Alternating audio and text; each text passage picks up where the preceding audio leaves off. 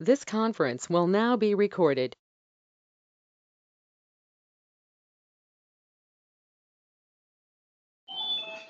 Okay, good morning everybody. Is my voice audible? Yes, sir. Yes, sir. Okay, thank you. So today we will continue opium poisoning, which is a part of CNS depressant along with alcohol.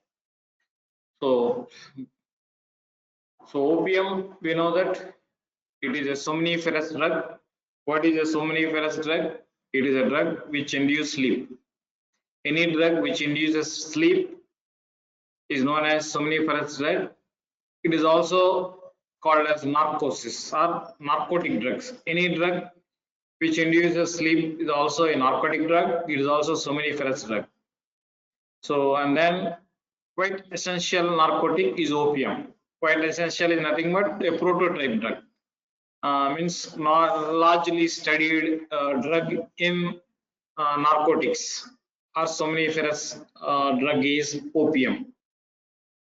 So what is narcotics? Narcotics, according to the United Nations conventions, are the substances, narcotics are the substances and preparations that induce drowsiness, sleep, stupor, insensibility, etc. So any drug or substances which induce sleep, drowsiness, stupor or insensibility is known as a narcotic substance. So medically, they are used as a painkiller. They are used in cough depressants. They are used as a cough suppressants.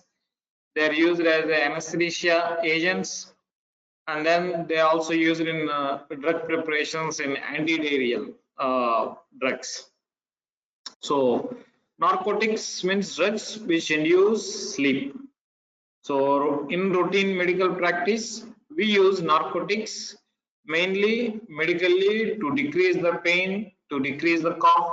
It is used to induce anesthesia and then as a component of antidiarrheal preparations.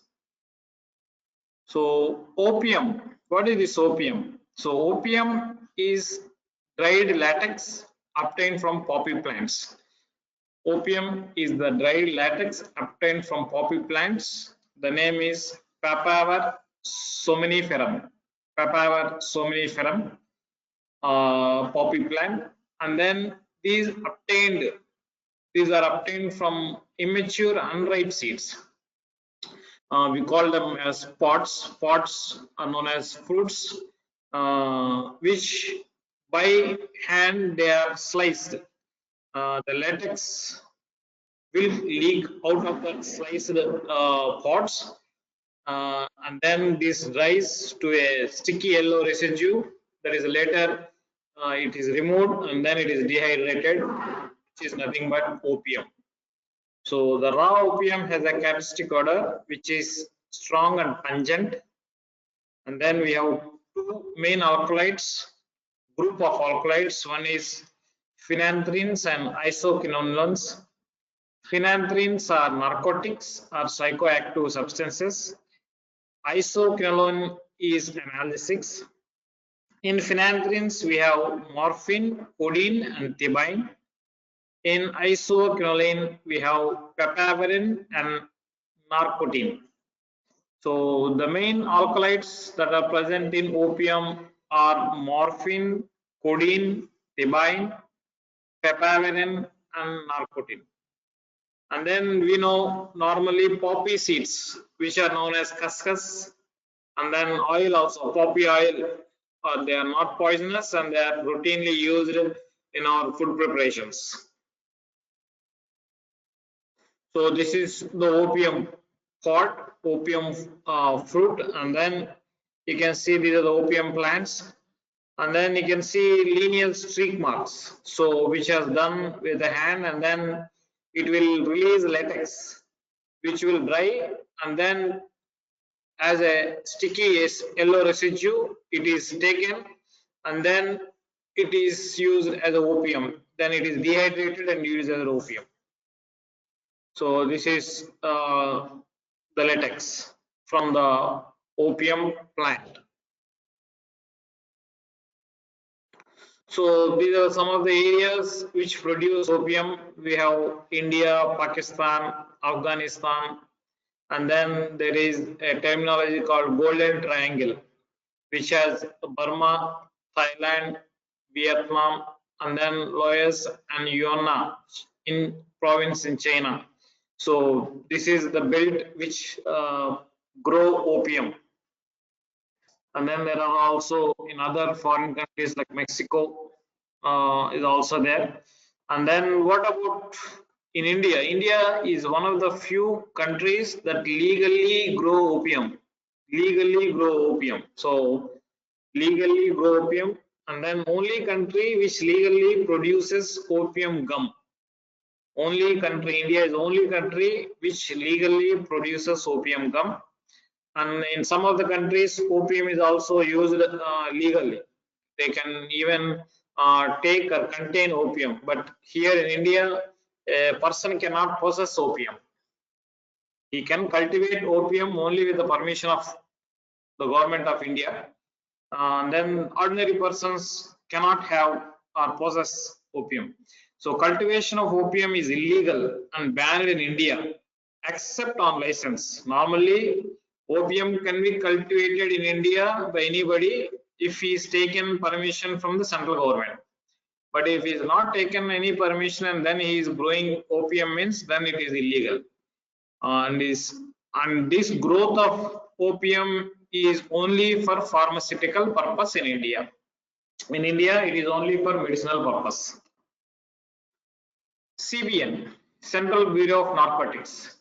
This is responsible for overall supervision of cultivation and for medical and scientific purpose as per the provisions of NDPS Act. You know, NDPS Act stands for Narcotic Drugs and Psychotropic Substance Act. NDPS Act, Narcotics, Drugs and Psychotropic Substance Act, and Narcotic Drugs and Psychotropic Substance Rules, both acts and rules. And these are some of the places where the opium is grown in India: Rajasthan, Madhya Pradesh, and Uttar Pradesh. And then India produces about 70 to 80% of the opium that is used worldwide by the pharma companies to manufacture vital drugs, including morphine, codeine, and pethidine. So these are the three terminologies you have to know. One is opium, opiate, and opioids. What is the difference? Opium is a Greek word meaning juice. Opium is a Greek word meaning juice, which is an exudate from the poppy plant. So you have seen the picture, that whitish color latex that is coming on striking the fruit or pod of opium is nothing but opium, exudate, juice from the poppy plant. What is opiate? Opiate is a natural and semi-synthetic derivative from the opium. So opiate is a natural or semi-synthetic.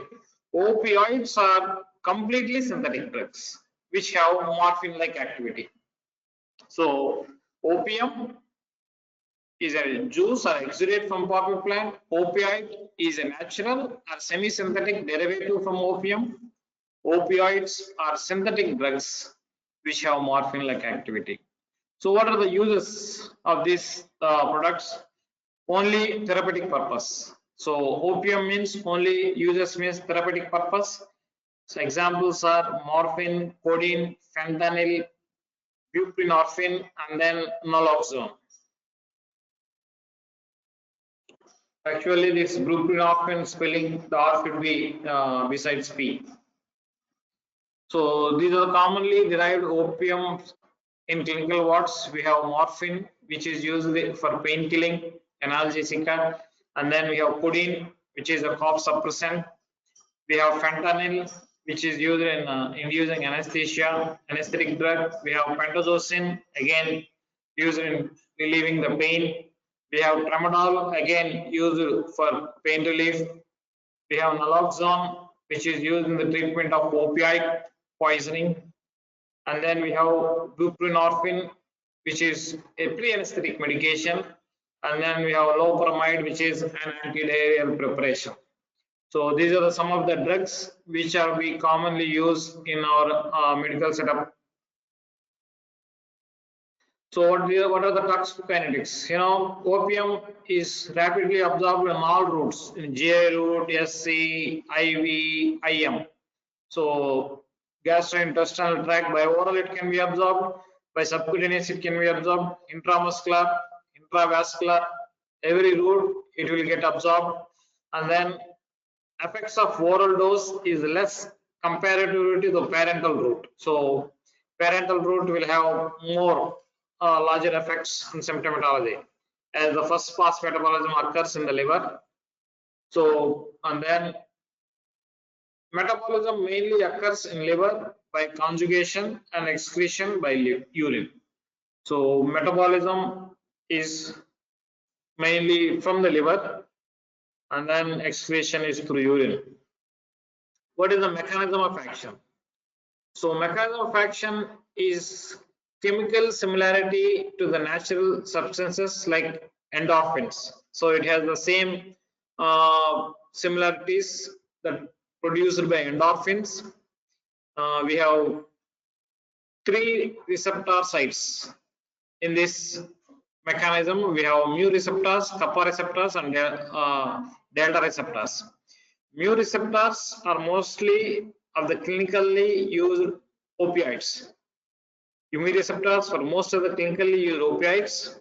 So these are some of the, no need to subclassify, but to know what are these mu receptors used. So these through mu receptors we have this supraspinal analgesia, peripherally analgesia, we have euphoria, there is spinal anesthesia in mu2, respiratory depression, physical dependence, gastrointestinal dysmotility, and meiosis.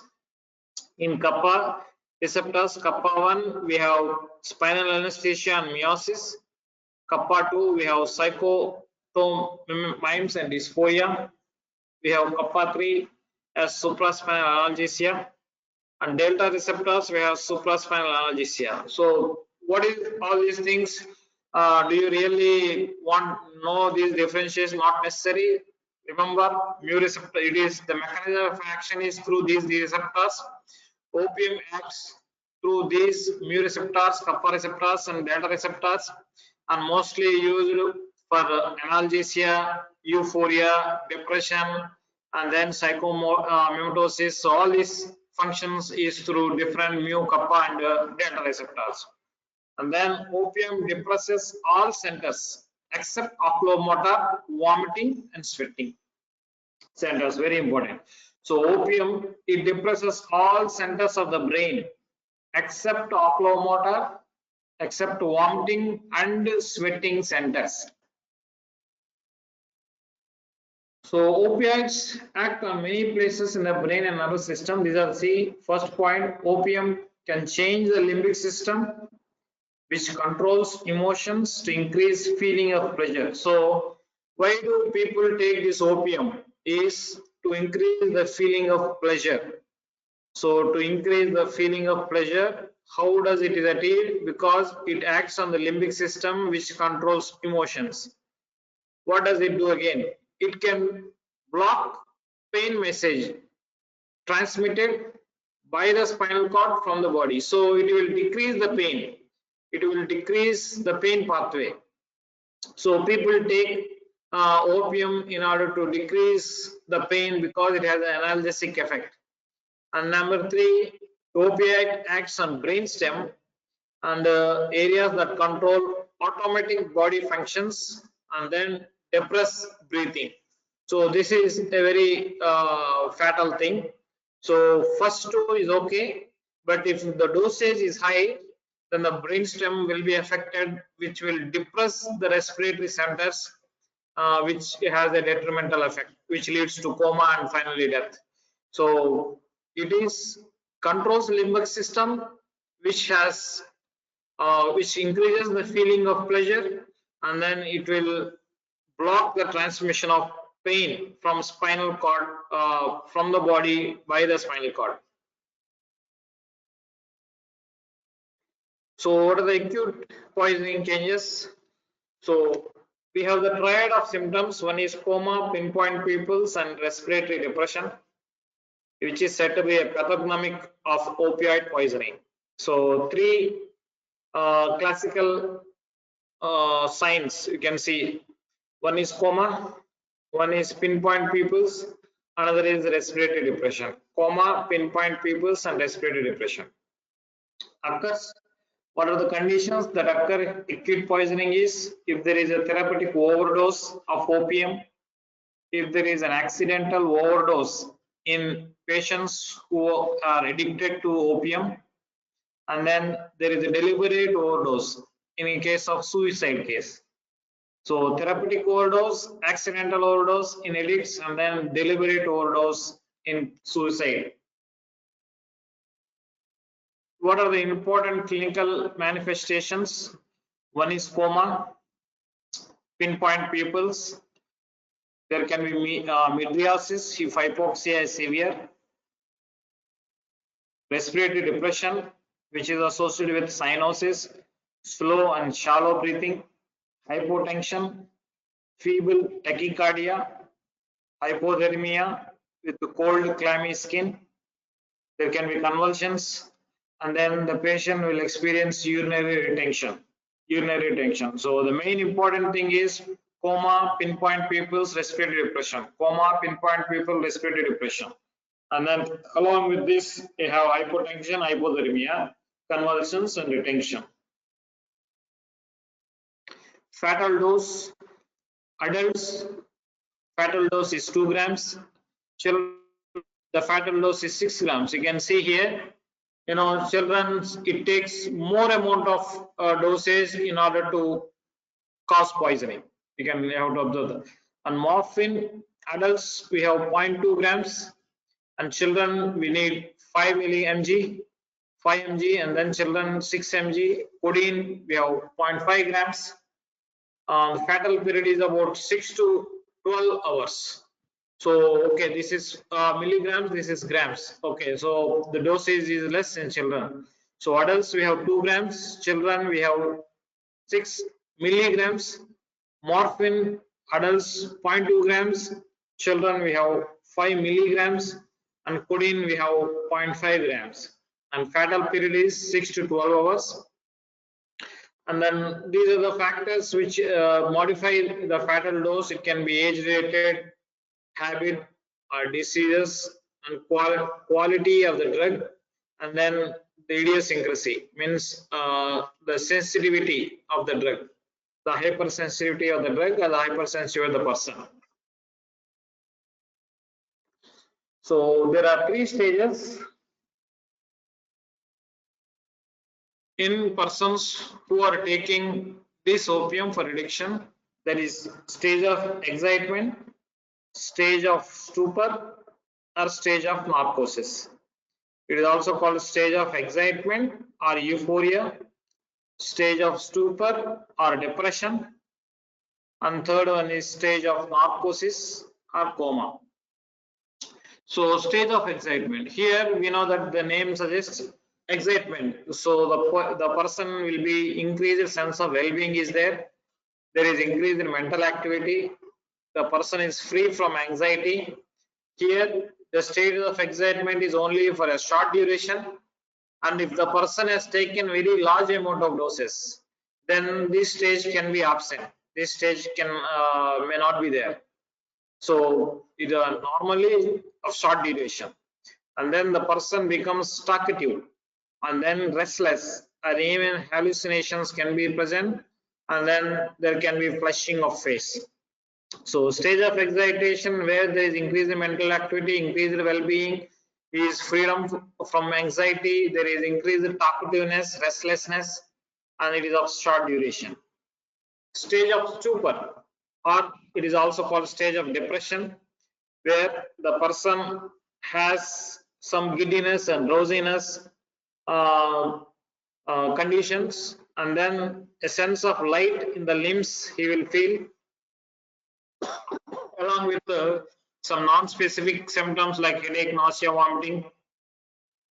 And then He can be aroused with a painful stimulus. Suppose if the person is drowsy, if you take a pinprick and then move, pupils will be constricted, cyanosis of the face and limbs are present, itching sensation is felt all over the skin, and then we have pulse and respirations are normal in this stage of stupor or depression. So mostly in this stage of depression or stupor, the patient will become drowsy and giddy, and he will feel a sense of lightness in the limbs. Their pupils will be constricted, and then he can be easily aroused from the painful stimulus. Stage of narcosis. Number 3 is stage of narcosis or stage of coma. So here the patient will be in deep coma and he cannot be aroused even with pinprick. The muscles are flaccid and relaxed, and then all reflexes are absent. All reflexes are absent. The face looks pale, conjunctiva can be congested. The pupils are pinpoint and they do not react to the light. All secretions are suspended except sweat. All secretions are suspended except sweat. So all secretions are stopped except the sweat glands. And breathing is slow and stertorous. What is meant by stertorous means? Stertorous means noisy breathing. Slow and noisy breathing. Stertorous breathing means noisy and labored breathing is known as stertorous. So the breathing is slow and stertorous and may be reduced to 3 to 4 per minute. There can be odor of the opium, and then death occurs in deep coma from respiratory failure or can also be due to cardiac failure. So 3 stages: stage of euphoria, stage of excitement, otherwise stage of stupor or depression, stage of narcosis or coma. What is the DD? Differential diagnosis. So DD, we have opium poisoning, we have acute alcohol poisoning, we have barbiturate poisoning. So anyone who is drowsy comes to the casualty, think of these 3. So think of alcohol poisoning, acute alcohol intoxication, think of opium poisoning, think of barbiturate poisoning. Alcohol poisoning, opium poisoning, they have a characteristic pungent odor on the breath. The pulse will be slow, and then the patient will sweat a lot, their moist perspiring skin. And then we have the classical triad: coma, pinpoint pupils and respiratory depression. Coma, pinpoint pupils and respiratory depression for opium poisoning. Alcohol, we have flushing of the eyes, congested eyes, hyperemia of the face will look reddened, and then neck pupils will be dilated and reacting, and the smell of alcohol in breath from the mouth and breath can be there in acute alcohol poisoning. In barbiturate poisoning, deep reflexes are depressed. Deep turn-on reflexes are depressed, and then the pupils are dilated in this case. So any person who is drowsy, which is coming to the casualty, think of opium poisoning, think of acute alcohol poisoning, and think of barbiturate poisoning. And what is the treatment you give for acute opioid poisoning? So we will give stomach wash with potassium permanganate, even if the route is IV. Suppose in a case of opium addiction, even if the person has taken through injection form, we give stomach wash with potassium permanganate because of the first pass metabolism. So and then activated charcoal left in stomach to reduce the absorption. 30 grams of sodium sulfate by mouth with large amounts of water for enema purpose in order to flush out the remnant which is present in the abdomen. And then here atropine is contraindicated because it can cause death by paralyzing the motor and sensory nerves. And then the antidote, the specific opioid antidote is naloxone. The specific opioid antagonist, naloxone. Specific opioid antagonist, naloxone hydroxychloride. So hydrochloride, so we give 2 grams IV and repeat every half to 1 minute. up to a total of 10 to 20 grams mg IV milligrams. So 2 milligrams IV repeated every half to 1 minute up to total of 10 to 20 mg IV. Or we can give a continuous infusion at a rate of 0.4 to 0.8 milligrams per hour up to 48 hours. So there are two types. So what is the specific opioid antagonist is naloxone, naloxone hydrochloride. So we given this 2 mg IV, and then we can also give the continuous infusion.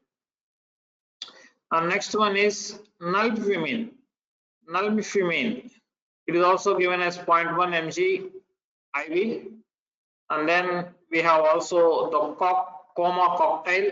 If suppose if the person is in a comatose patient, then you have to give dextrose, thiamine, and naloxone.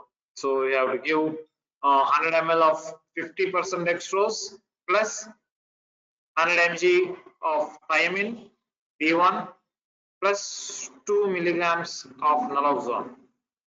In case of children, we decrease the dose. We have to give 25% solution of dextrose, 100 ml, and then 2 milligrams of naloxone only. No need of thiamine in children.